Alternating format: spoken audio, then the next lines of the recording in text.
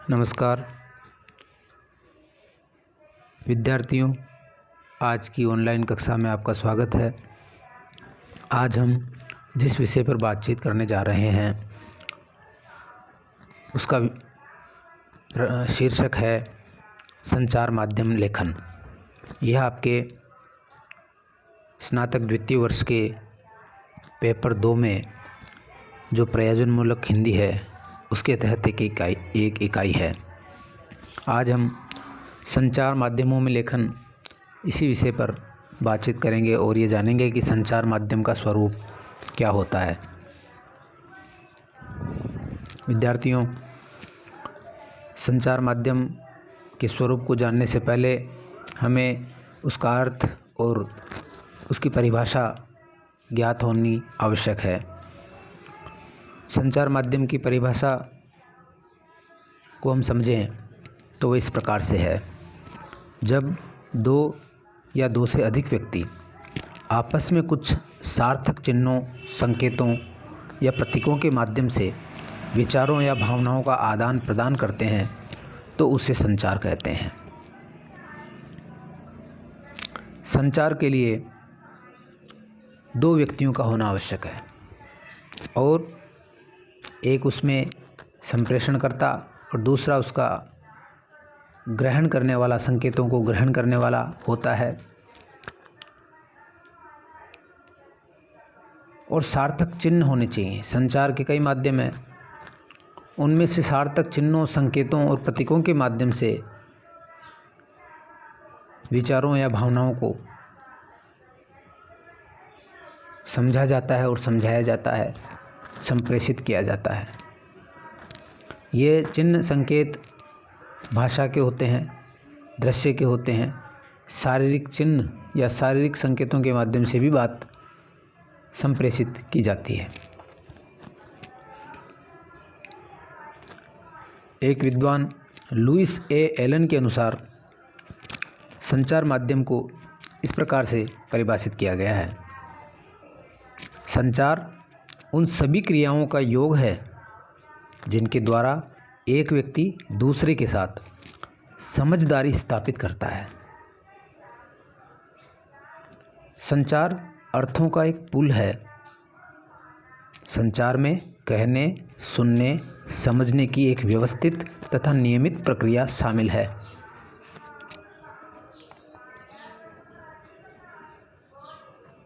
यहाँ लेखक ने संचार को समझदारी स्थापित करने वाली सभी क्रियाओं का योगफल कहा है। इसमें सभी तरह के संकेत आ जाते हैं, सभी प्रकार की भाषाएं इसमें स्थापित आ जाती हैं। अर्थों का पुल भी कहा है। पुल के द्वारा एक किनारे से दूसरे किनारे पर पहुंचा जाता है।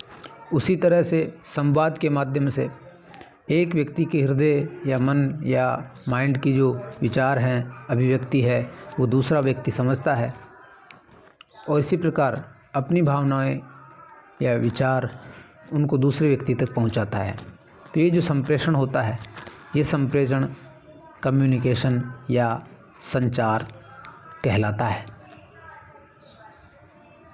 इसमें कहना होता है, इसमें सुनना होता है और समझना होता है। ये तीनों क्रियाएं एक दूसरे पर अनन्य आश्रित है। कहना, सुनना और समझना, इन तीन क्रियाओं के माध्यम से संचार स्थापित होता है। तो आपको ये दोनों ही परिभाषाएं अच्छी तरह समझ लेनी चाहिए। अब हम बात करते हैं जनसंचार की। तो जनसंचार, जिसको मीडिया हम इंग्लिश में कहते हैं, मीडिया क्या है? आपने मीडिया शब्द बहुत सुना होगा। तो मीडिया शब्द क्या है उसके बारे में हम बातचीत करते हैं। संचार प्रक्रिया, कम्युनिकेशन प्रोसेस में शामिल लोगों की संख्या के आधार पर संचार मुख्यतः 4 प्रकार का होता है। संचार का अगर वर्गीकरण करें हम कम्युनिकेशन का, तो उसमें किस तरह के लोग शामिल हैं, कितने लोग शामिल हैं, उनकी संख्या कितनी है, उसके आधार पर संचार को अगर हम देखें तो वह 4 प्रकार के वर्ग हमें नज़र आते हैं। पहले वर्ग में अंतः वैयक्तिक संचार होता है, इंट्रापर्सनल कम्युनिकेशन। इस इंट्रापर्सनल कम्युनिकेशन में केवल एक ही व्यक्ति होता है और वह जो भी विचारणा करता है, मनन करता है, चिंतन करता है, तो स्वयं से जो संवाद स्थापित करता है, स्वयं बातचीत करता है, अपने खुद के उसके समझने की एक प्रक्रिया होती है। ये सारी चीज़ें अंतः वैयक्तिक संचार का उदाहरण है। हमारा समझना, स्वयं से बात करना, खुद के साथ संवाद स्थापित करना, ये जो सारी प्रक्रिया है वो अंतः वैयक्तिक संचार का एक उदाहरण है। इसका बहुत महत्व है। अंतः वैयक्तिक संवाद होने से व्यक्ति परिस्थितियों, विचारों, अवधारणाओं को समझता है और अपनी धारणा स्थापित करता है।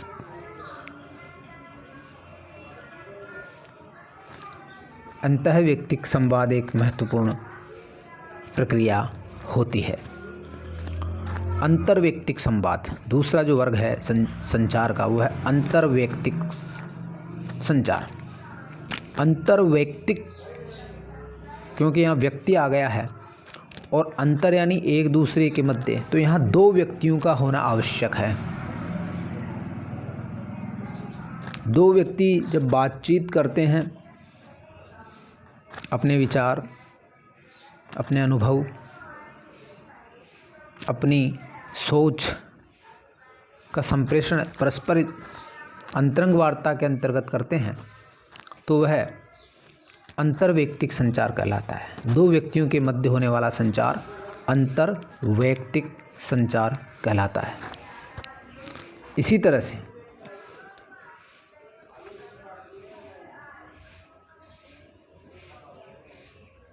जैसे एक व्यक्ति दूसरे व्यक्ति का साक्षात्कार लेता है, तो वह एक अंतर्वैयक्तिक संचार का उदाहरण है।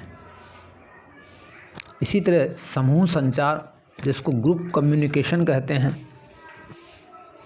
ग्रुप में एक व्यक्तियों का समूह होता है, उनके मध्य जो संचार स्थापित होता है, जो बातचीत होती है, प्रश्नोत्तर होते हैं, विचाराभिव्यक्ति होती है, वह अंतर्वैयक्तिक संचार का एक उदाहरण है। जैसे कि आप कक्षा में होते हैं, तो कक्षा एक समूह संचार का एक उदाहरण है। समूह संचार में कक्षा है वो आती है, एक बस है जिसमें कई लोग बातें कर रहे हैं, वो एक समूह संचार हो जाता है। इसी तरह से परिवार के लोग अगर बैठ के बात करते हैं, तो वह समूह संचार का ही एक उदाहरण है।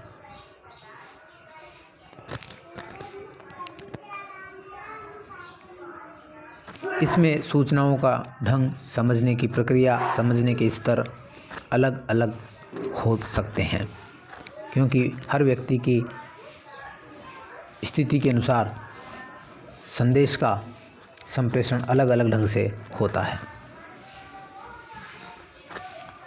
चौथा जो वर्ग इसके अंतर्गत रखा गया है वह मॉस कम्युनिकेशन या जनसंचार का रखा गया है, जो हमारे पाठ्यक्रम में है। यह मॉस कम्युनिकेशन या जनसंचार 2 शब्दों से मिलकर बना है, जन और संचार। जन का अर्थ होता है एक मॉस या एक भीड़ या बहुत सारे व्यक्तियों का समूह।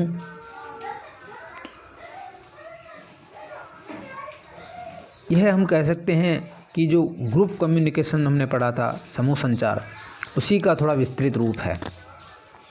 समूह में कम लोग होते हैं और जनसंचार में एक व्यापक जन समुदाय के लिए सूचनाएं भेजी जाती है, संप्रेषित की जाती है। ये समूह संचार का ही बृहत रूप है। जिस तरह आप देखते हैं न्यूज़पेपर्स होते हैं, radio, television, cable, internet, web portals का प्रयोग बढ़ता गया, ठीक उसी तरह जनसंचार के क्षेत्र का विस्तार होता गया। जैसा कि हमने पढ़ा कि जैसे जैसे सभ्यता का विकास हुआ तो सभ्यता अंतःवैयक्तिक से अंतर्वैयक्तिक, फिर अंतर्वैयक्तिक से समूह संचार की ओर गई, और आज का जो दौर है वो मॉस कम्युनिकेशन का दौर है। ये जनसंचार का दौर है। इसमें सूचनाएं सार्वजनिक रूप से संप्रेषित की जाती हैं। रेडियो, टेलीविज़न, न्यूज़पेपर्स, इंटरनेट, ये सूचनाओं के जनसंचार के बड़े माध्यम हैं।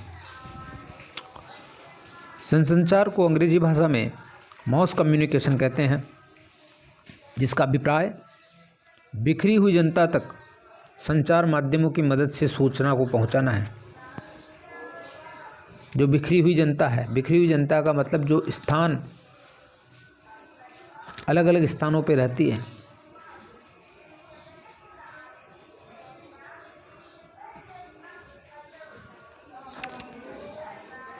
अलग अलग स्थानों पर रहने वाली जो जनता है उसे बिखरी हुई जनता आप कहेंगे।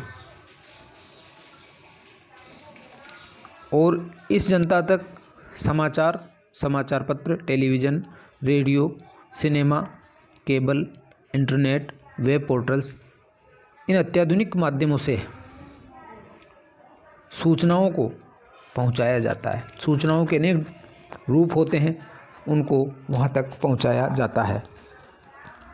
दूसरे शब्दों में जनसंचार वह प्रक्रिया है जिसके द्वारा बहुल रूप में प्रस्तुत किए गए संदेशों को जन माध्यमों के जरिए एक दूसरे से अनजान तथा विषम जातीय समुदाय तक संप्रेषित किया जाता है।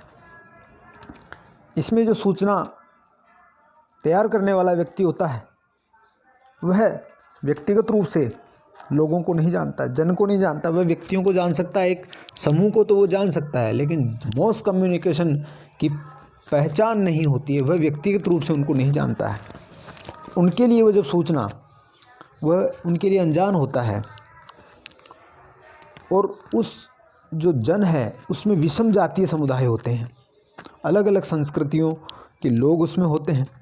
उन सभी के लिए जब सूचना तैयार की जाती है, उसे संप्रेषित की जाती है, तो वह जनसंचार या मॉस कम्युनिकेशन कहलाता है। जैसे एक फिल्म है, उसे सिनेमा के माध्यम से, टीवी के माध्यम से लोग देखते हैं, तो उस फिल्म बनाने वाले किसी भी भाषा के हों, लेकिन वह फिल्म अलग अलग तरह के लोगों द्वारा देखी जाती है और व्यापक रूप से लोगों के पास सूचनाएं उस फिल्म के माध्यम से पहुंचाई जाती है। इसी तरह कोई डॉक्यूमेंट्री है तो उस डॉक्यूमेंट्री के माध्यम से भी एक व्यापक जन समुदाय तक सूचनाएं पहुंचाई जाती है। वह उस जन समुदाय के लिए को टारगेट करके नहीं बनाई जाती है, बल्कि व्यापक जन समुदाय के लिए टारगेट करके वो बनाई जाती है। इस तरह हम देख सकते हैं। अब हम जनसंचार माध्यमों की विशेषताओं को संक्षेप में समझ लेते हैं। इसकी पहली विशेषता जो है वह है इसकी सार्वजनिकता। ये पब्लिक होता है, पब्लिक मीडिया होता है। जनसंचार ये सार्वजन, सबके लिए उपलब्ध होता है, सर्वजन के लिए ये उपलब्ध होता है। इसमें संचारक यानी संचार को तैयार करने वाला, समाचार सूचना को तैयार करने वाला, और प्राप्तकर्ता, रिसीवर, कम्युनिकेटर और रिसीवर, दोनों के बीच में कोई सीधा संबंध नहीं होता है। दोनों एक दूसरे से परिचित नहीं होते हैं, अनजान होते हैं। तो इस तरह से ये सार्वजनिक होता है। एक कार्यक्रम एक ही समय पर देश विदेश में लोग देख रहे होते हैं और सबकी उसमें रुचि सार्वजनिक महत्व के कारण होती है, क्योंकि वह सभी के लिए होता है। किसी व्यक्ति विशेष के लिए वो तैयार नहीं किया जाता है वो सूचना, इसलिए ये सार्वजनिक होता है। इसकी पहली विशेषता आप लिख सकते हैं कि ये सार्वजनिक होता है। दूसरा इसकी जो विशेषता है, अत्यधिक व्यापकता। मॉस कम्युनिकेशन जो होता है या उसके जो साधन होते हैं उनके द्वारा, जैसे कि टेलीविज़न, रेडियो, अखबार, इन माध्यमों से व्यापकता की संभावना, इनकी व्यापकता की जो संभावना करोड़ों अरबों तक हो सकती है। आप देखते हैं यूट्यूब पर आप कोई वीडियो डालते हैं तो उसके करोड़ों लोग उसको देख लेते हैं, उसकी व्यापकता इतनी अधिक होती है। तो आज सबसे अधिक व्यापक जो सूचना का माध्यम है वो इंटरनेट है। इंटरनेट और यूट्यूब के माध्यम से करोड़ों लोगों तक सूचनाएं पहुंचाई जा सकती है।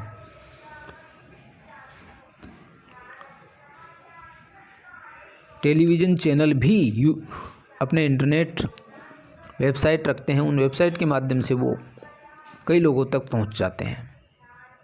क्रिकेट का खेल हो, विशेष राजनीतिक सामाजिक अवसर हो, इनका दर्शन करोड़ों लोग एक साथ करते हैं, लाइव जिसको बोलते हैं। जीवंत प्रसारण जब होता है क्रिकेट मैच का, जैसे अभी IPL का हो रहा है, तो करोड़ों लोग उस घटना को एक साथ देख पाते हैं। तो व्यापक रूप से वह घटना एक ही समय में लाइव करोड़ों लोगों तक पहुंचाई जा सकती है। इसलिए उसकी दूसरी विशेषता है कि वह व्यापक होता है, उसका क्षेत्र बहुत व्यापक होता है।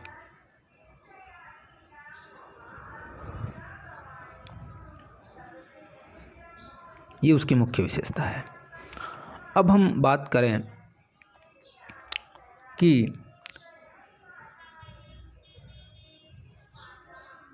इन जितने भी जनसंचार माध्यम होते हैं, चाहे वो टेलीविज़न चैनल हो, चाहे वो इंटरनेट की वेबसाइट हो, चाहे रेडियो का चैनल हो, इन सभी को चलाने के लिए एक औपचारिक संगठन होता है। जैसे प्रसार भारती दूरदर्शन को चलाता है, इसी तरह से जितने भी ये जो चैनल है इन सब के मालिक होते हैं, इनका एक संगठन होता है जो इनको चलाता है, इनके द्वारा ये चलाए जाते हैं। ये खास बात है। एक अखबार का संचालन करता, उसका एक समूह होता है, एक कंपनी होती है जो उसको चलाती है। तो इससे संचार प्रभावित होता है काफ़ी कुछ। वो जो चलाने वाला है संचार को, मीडिया को संचालित करने वाला है, उसका नियंत्रण इन संचार माध्यमों पर होता है। एक इसकी कमी यह है जनसंचार माध्यमों की कि जनसंचार के माध्यमों से प्रकाशित या प्रसारित सामग्री की प्रतिक्रिया तुरंत नहीं मिलती है। प्राय विविध प्रकार के सर्वेक्षणों, श्रोताओं तथा दर्शकों के पत्रों के माध्यम से ही इनकी लोकप्रियता व अरोचकता का ज्ञान प्राप्त होता है। प्रतिक्रिया का अभाव इसमें होता है। प्रतिक्रिया, जो पाठकों को कार्यक्रम कैसा लगा है, इसकी प्रतिक्रिया तुरंत नहीं मिलती। यद्यपि इंटरनेट में इस चीज़ को आप, इस कमी का निवारण हो जाता है। इंटरनेट में आप जो भी चीज़ प्रसारित करते हैं वह लोगों को कैसी लगी, इसका पता तुरंत लोग अपनी प्रतिक्रिया कमेंट के माध्यम से दे देते हैं। तो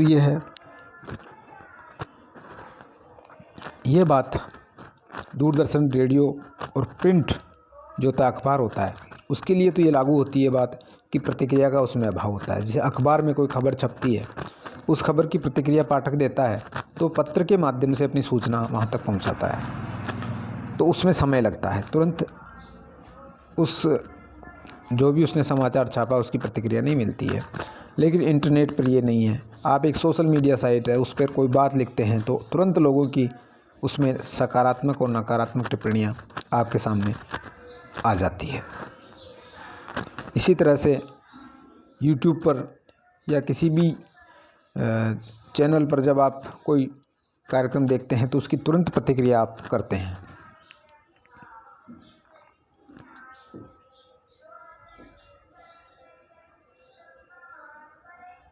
तो विद्यार्थियों, आज हमने मॉस मीडिया या जनसंचार के बारे में जानकारी प्राप्त की। कल हम ऐसे ही किसी पाठ पर बातचीत करेंगे और मुझे उम्मीद है कि इससे आपकी थोड़ी जानकारी बढ़ी होगी। यही इस वीडियो की सार्थकता है कि इससे अगर आपका थोड़ा भी ज्ञानवर्धन होता है तो हमारा प्रयास सार्थक होता है। कल मिलते हैं किसी नए टॉपिक के साथ। तब तक के लिए आपसे इजाज़त लूँगा। हिंद देश के निवासी हम सब एक हैं, रंग रूप वेशभूषा चाहे अनेक हैं। जय हिंद, जय भारत।